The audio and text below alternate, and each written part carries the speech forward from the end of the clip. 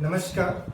आज की हमारी क्लास रहेगी वर्षा की प्रक्रिया के दौरान वर्षा होने के कौन कौन से चरण होते हैं, उन चरणों का अध्ययन आज की क्लास में करें।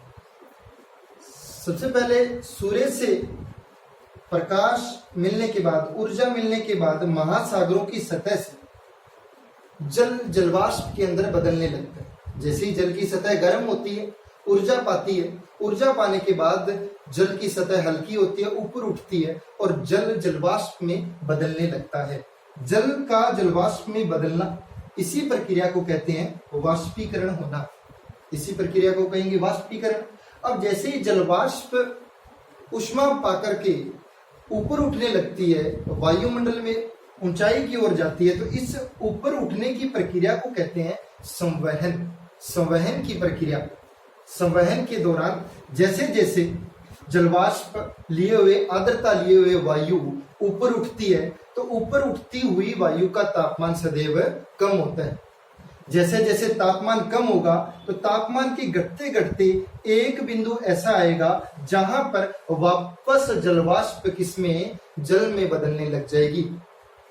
जलवाष्प का वापस जल में बदलना, इस प्रक्रिया को कहते हैं संघनन की क्रिया। संघनन की क्रिया तापमान के उस बिंदु को जहां पर संघनन होने लगता है, उस बिंदु को तापीय कोशांक बिंदु कहते हैं।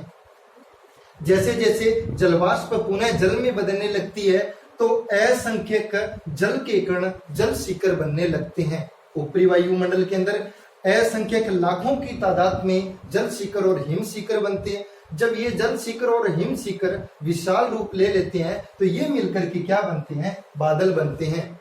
बादलों का जैसे ही निर्माण कर लेंगे और जब ये बादल अपना भार वहन नहीं कर पाते हैं, जल शिखरों और हिम शिखरों से निर्मित भार को जब ये बादल नहीं वहन कर पाते तो ये जल के कण नीचे गिरने लगते हैं। नीचे गिरने की इसी प्रक्रिया को कहते हैं प्रेसिपिटेशन, यानी वर्षण।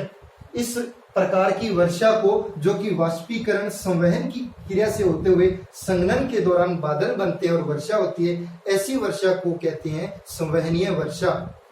पर्वतीय वर्षा के दौरान आर्द्रता लिए हुए वायु जब पर्वतों से टकराती है, तब टकराने के बाद वायु ऊपर उठती है, उसका तापमान घटता है और पुनः वही प्रक्रिया के ओशांक बिंदु पर जाकर के संघनन होता है और उसके बाद वर्षा होने लगती है। ये वर्षा के चरण प्रक्रिया, जिसके दौरान सबसे पहले वाष्पीकरण, फिर संवहन, उसके बाद संघनन, फिर बादल बनते हैं और अंतिम चरण में वर्षण होता है। और इसके स्रोत के रूप में वनस्पति है, झील है, नदी है इत्यादि, महासागर की सतह, ये सभी वायुमंडल के अंदर आर्द्रता के स्रोत हैं। Thank you.